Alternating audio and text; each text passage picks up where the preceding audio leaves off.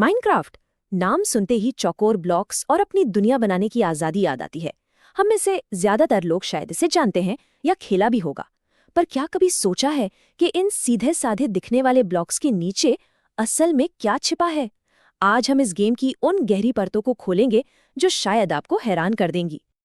तो चलिए माइनक्राफ्ट की दुनिया में एक आइसबर्ग की तरह गोता लगाते हैं। हम सतह से शुरू करेंगे और धीरे धीरे इसकी सबसे गहरी, सबसे अनसुनी कहानियों तक पहुंचेंगे।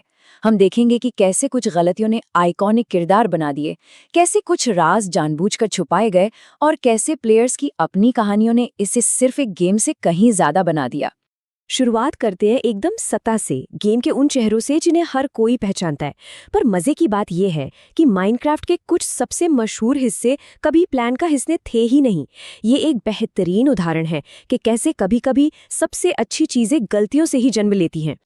क्रीपर, हाँ, माइनक्राफ्ट का वो डरावना चेहरा, उसकी वो फुसफुसाने की आवाज और फिर अचानक होने वाला धमाका आज भी प्लेयर्स के दिल में डर पैदा कर देता है। लेकिन क्या आप जानते हैं कि ये खतरनाक मॉब कभी बनाया ही नहीं जाना था? इसकी कहानी एक बहुत ही मामूली कोडिंग गलती से शुरू होती है। यकीन करना मुश्किल है ना, पर यह सच है। क्रीपर असल में एक सुअर बनने वाला था। इसके क्रिएटर नॉच एक सुअर का मॉडल बना रहे थे जब उन्होंने गलती से उसकी लंबाई और ऊंचाई के कोड को आपस में बदल दिया। अब इस गलती को सुधारने के बजाय उन्होंने सोचा ये तो कुछ अलग लग रहा है, और बस माइनक्राफ्ट का सबसे यादगार मॉब पैदा हो गया। चलिए अब सतह से जरा सा नीचे उतरते हैं, उस जगह पर जहां हमें जानबूझकर छुपाए गए राज मिलते हैं। ये वो मजेदार छोटी छोटी चीजें हैं जिन्हें गेम बनाने वालों ने उन खिलाड़ियों के लिए छोड़ दिया था जिनकी नजरें बहुत तेज होती हैं। ये जो नंबर स्क्रीन पर दिख रहा है, ये किसी खजाने का कोड नहीं है। ये एक ऐसे राज को देखने की संभावना है जो सालों तक किसी की नजर में आए बिना गेम में ही छिपा रहा। और वो भी कहाँ? ठीक गेम की टाइटल स्क्रीन पर। मिनी क्राफ्ट, जी हाँ, माइनक्राफ्ट नहीं, ये एक बहुत ही मामूली टाइपो था। जब क्रिएटर ने एक हिंट दिया कि गेम में कोई सीक्रेट है तो लोग बहुत बड़ी बड़ी चीजें ढूंढने लगे, अजीब दुनिया, छिपे हुए बॉस। लेकिन ये छोटा सा मजाक सबकी नजरों के सामने टाइटल स्क्रीन पर ही था। और देखिए, खुद क्रिएटर मार्कस पर्सन ने बाद में कहा कि इंटरनेट ने इसे कुछ ज्यादा ही बड़ा बना दिया।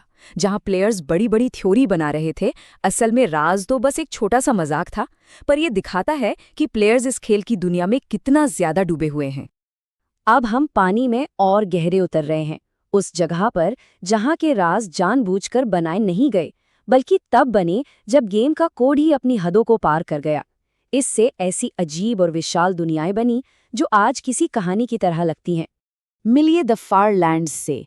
ये गेम के मैप के बिल्कुल किनारे पर एक ऐसी जगह है जहां गेम का कोड, आप कह सकते हैं, टूट जाता है। यहाँ जमीन एक अजीब, बेतरतीब और विशाल दीवार की तरह बन जाती है। ये जगह कभी प्लेयर्स के जाने के लिए बनी ही नहीं थी, लेकिन फिर भी ये माइनक्राफ्ट की सबसे बड़ी कहानियों में से एक बन गई। तो ये होता कैसे है? आसान भाषा में समझिए, गेम दुनिया बनाने के लिए जिन नंबरों का इस्तेमाल करता है वो इतने बड़े हो जाते हैं कि कंप्यूटर उन्हें ठीक से हैंडल नहीं कर पाता। नतीजा, दुनिया बनाने का पूरा सिस्टम गड़बड़ा जाता है और ये अजीब और गरीब दीवार बन जाती है। इस गड़बड़ वाली जगह तक पहुंचना कोई बच्चों का खेल नहीं था। कर्ट जे मैक नाम के एक प्लेयर ने तो यहां तक पैदल पहुंचने में लगभग 14 साल लगा दिए, और इस पूरी यात्रा के दौरान उन्होंने चैरिटी के लिए पैसे भी इकट्ठे किए। ये प्लेयर्स के जुनून और कुछ नया खोजने की भावना का एक कमाल का उदाहरण है। अब हम आइसबर्ग की सबसे गहरी, सबसे अंधेरी खाई में उतर रहे हैं। यहाँ का राज कोड में नहीं, बल्कि हम जैसे प्लेयर्स की कहानियों में छिपा है। ये कहानी एक ऐसे किरदार की है जो गेम में कभी था ही नहीं, लेकिन फिर भी वो माइनक्राफ्ट का एक बहुत बड़ा हिस्सा बन गया। Herobrine. ये नाम सुनते ही पुराने माइनक्राफ्ट प्लेयर्स के रोंगटे खड़े हो जाते हैं। कहानी ये है कि ये एक भूतिया किरदार है जिसकी आंखें पूरी तरह सफेद हैं।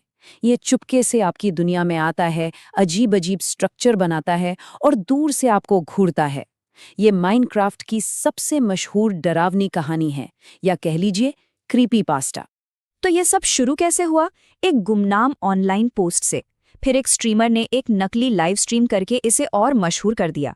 जल्द ही ये कहानी आग की तरह फैल गई।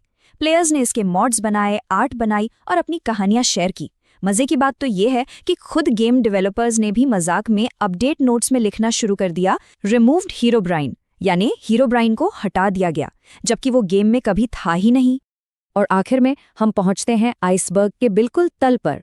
यहाँ कोई गड़बड़ी या भूत नहीं है, बल्कि वो जटिलता है जो माइनक्राफ्ट के सीधे साधे ब्लॉक्स के नीचे छिपी है।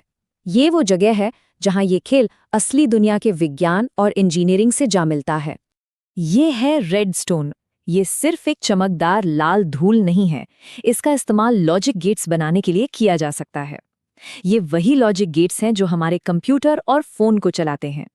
प्लेयर्स ने रेडस्टोन का इस्तेमाल करके माइनक्राफ्ट के अंदर काम करने वाले कैलकुलेटर, घड़ियां और यहाँ तक कि पूरे के पूरे कंप्यूटर तक बना दिए हैं।